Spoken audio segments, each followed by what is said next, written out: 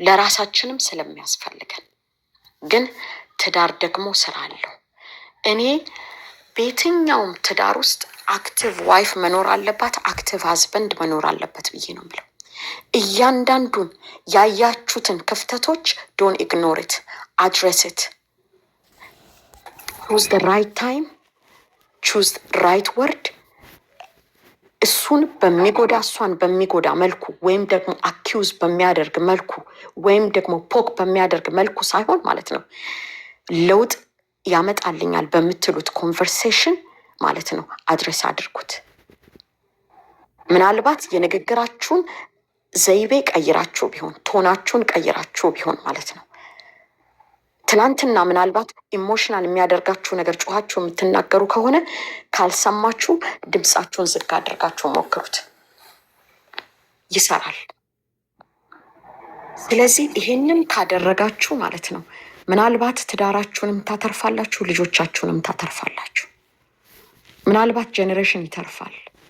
ግን ያ ካልሆነ እኛ እንዲሁ ጊዜያችንን ነው ማለት ነው የምናጠፋው።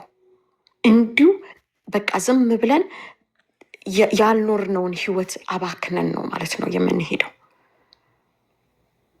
አዝናለሁኝ በትዳር ውስጥ ስትራግል ለምታደርጉ። ምክንያቱም በጣም አንድ ነገርም አድሬስ ማድረግ የምፈልገው ሰዎች ማለት ነው ያገቧቸውን ሰዎች አይደለም የሚፈቱት፣ ያገባነውን ሰው አይደለም የምንፈታው። ባይዘዌ ትዳር ውስጥ ከገባ በኋላ የሆነውን ሰው ነው የምንፈታው። ያገባነውንማ ሰው ሆፕ ይዘን ቤተሰብ ልንመሰርት፣ ልጆች ልንወልድ፣ በዛ ውስጥ ትዳር የሚለውን ተቋም ፉል ልናደርግ፣ ልንተጋገዝ፣ ተስፋ የምንነቃበት ተስፋ ይዘን ነው የምንነሳው ስናገባ ማለት ነው።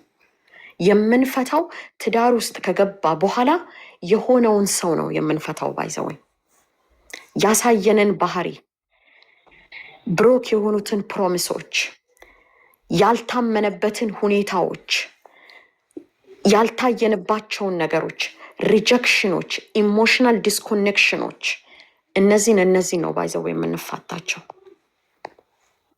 ያገባነው ሰው ኢወስ ፐርፌክት ዋስ። እኔ ኪንግን ሳገባ ሂዝ አሜዚንግ ዱ አይ ኢቭን ዲዘርቭ ዲስ ጋይ?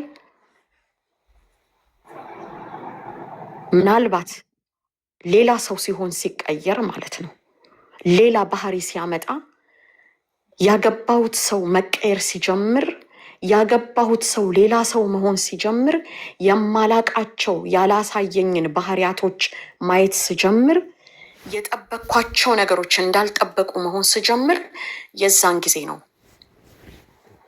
ዲቮርስ የሚመጣው ማለት ነው። ያገባነውን የመጀመሪያውን ሰው አይደለም የምንፈታው ባይዘዌ። ስለዚህ እነዚህን ነገሮች እያስተካከልን እያነበብን እያየን አካውንታብሊቲ እየወሰድን በይቅርታ እያከምን ትዳራችንን እንፈውሳለን። በዚህ ውስጥ ሁሉ ማለት ነው። በዚህ ውስጥ ሁሉ ግን አንድ ነገር አለ። ካለ እግዚአብሔር እርዳታ ምንም ነገር ማድረግ አንችልም። የተቋሙ ባለቤት ዲዛይን ያደረገው እንዲሆን ፍቃዱን በትዳር ላይ ያስቀመጠው ካለሱ ፍቃድ ምንም አይሆንም። ስለዚህ ከእግዚአብሔር ፍቃድና ከእግዚአብሔር ድምፅ ጋር ተስማሙ። አሁንን የሆነ ቦታ ላይ አዘ ሂውመን ሊያቅተን ይችላል እና ዊ ዊል ድራፕ ደ ቦል። የዛን ጊዜ እግዚአብሔር ወይ እርዳኝ እንበል። በቃ እኔ በራሴ በስጋዬ አልቻልኩትም መሸከም። የኔ ጸጋ ይሄ ነው ያለው፣ የኔ ችሎታ ይሄ ነው ያለው። ከዚህ በኋላ ግን ያንተ እርዳታ፣ ያንተ ዊዝደም፣ ያንተ ጋይዳንስ፣ ያንተ ቮይስ፣ ያንተ ነገር ያስፈልገኛል በሉ ወገኖች። ኢቨን ብትለቁትም በእግዚአብሔር እጅ ላይ ለቀቁት። ምክንያቱም በእግዚአብሔር እጅ ላይ የለቀቃችሁት ቢወጣም እንኳን ተመልሶ ይመጣል። አፕራምሽ ዳት። ምክንያቱም መንገድ ላይ አይደለም ባደራ የተቀበላችሁትን ኪዳን የጣላችሁት በእግዚአብሔር እጅ ላይ ነው መልሳችሁ ያስቀመጣችሁት። አዘ ሂውመን አዘ ስጋ ስላቃታችሁ ማለት ነው። እኔ በጣም አውቃለሁ። በጣም እኔ ልጅ ሆኜ የማውቀውን አንድ ስቶሪ ልንገራችሁ። እኔ ባደግኩበት በፋሚሊ ውስጥ ቤተሰብ ናቸው። አይ ዋዝ ቬሪ ያንግ እና ይሄንን ስቶሪ እናቴ ናት በደንብ አስተካክላ እዚህ ሀገር ከኔ ጋር መኖር ከጀመረች አሁን ትልቅ ሆኜ ትዳር ይዤ ስቶሪውን በደንብ አስተካክላ እንዴት እንደነበረ የነገረችኝ ማለት ነው። በጣም የሚዋደዱ ባልና ሚስቶች ነበሩ። የእናቴ ደግሞ ዘመዶች ናቸው፣ ለእናቴ ደግሞ ፋሚሊ ናቸው፣ ይዛመዳሉ በብለድ ከሚስትየዋ ጋር ማለት ነው። እና ቤታችን የእኛ ከፊት ለፊት የእነሱ ከጀርባ ነው እና አንድ ቤት ነው እንደዚህ ያለው እና በጣም በጣም የሚያምር ቤት፣ በጣም ቤታቸው ተብሎ የሚባል ቤት ነው ያላቸው። ባልየው አስታውሳለሁ ልጆች ሆነን ስለነበረ የኢትፍሩት መኪና ሹፌር፣ ኢትፍሩት ታስታውሱ እንደሆነ ወናውስ ያንግ ማለት ነው እና የዛ ሹፌር ነው እና ብርቱካን ሁሌ ድራፕ እያደረገልን ሁሉ ይመጣ ነበር እና ኮሎፈሳድን በጣም የሚያምር ቤተሰብ፣ ያ በጣም የሚቀናበት ቤተሰብ ትዳራቸው ብትንትኑ ወጣ። በጣም በሚገርማችሁ ማለት ነው፣ በጣም በሚገርማችሁ ፍጥነት ነው የተናደው ማለት ነው ያ ትዳር። ይሄ ታይም እንኳን አልሰጠም። በቃ ወዲያው ኤቭሪቲንግ ይሄ ባክ ቱ ባክ የሚመጣ ነገር አለ አይደለ? እንደዛ ማለት ነው። በጣም ብዙ ሰው አዘነ በእነሱ ትዳር መፋታት ማለት ነው። በጣም በቃ ሰፈር ውስጥ በጣም ተወራ። ለምን? የእነሱ ትዳር ተብሎ እንደ ምሳሌ ሁሉ ይነገር ስለነበረ ማለት ነው።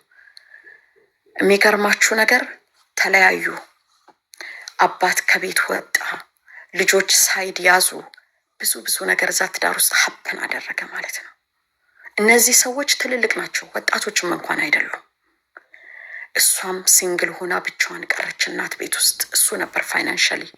ከዛ ያንን የሚያክል ቤት በግማሽ ቆርጣ ግማሹን ሽጣ ለራሷ ፕሮቫይደር ማድረግ ጀመረች።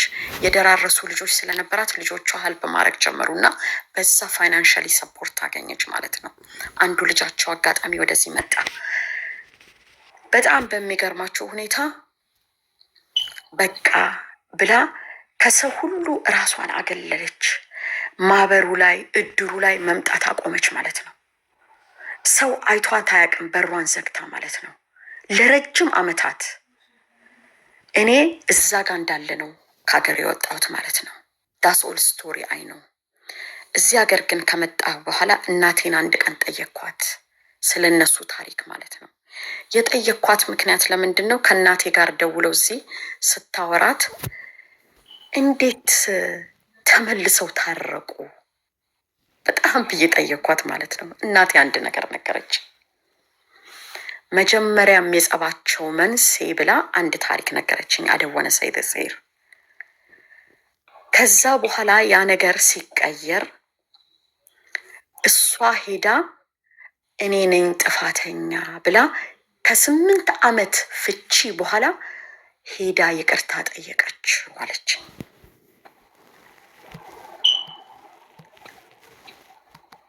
ይቅር ብቻ በለኝ፣ ባል እንድትሆነኝ ሳይሆን ይቅር በለኝ፣ እኔም በሰላም እንድኖር አንተም ደግሞ እንድትሄድ ሲል 8 ዓመት ሙሉ ስጠብቀው የነበረው ድምፅ ነው ብለው ሁለቱ ብቻ ያ ሁሉ ስንት ሲተራመስ የነበረው ሽማግሌ ሊዳኘው ያልቻለው በሁለቱ ብቻ ፊክስ ተደረገ። አሁን በጣም የሚገርማችሁ ነገር ልጃቸው አሜሪካን ሀገር አምጥቷቸው እዚህ አሜሪካን ሀገር ነው ያሉት። እኔም ጥያቄን እናቴን የጠየኳት እሷ ደውላላት ስታወራ ነው። አያችሁ፣ ኢትስ ኦልዌይስ ኢቨን ቻንስ።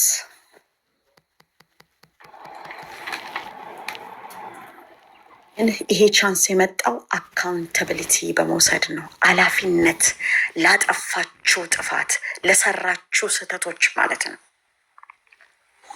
ለዚህ ወገኖቼ ማለት ነው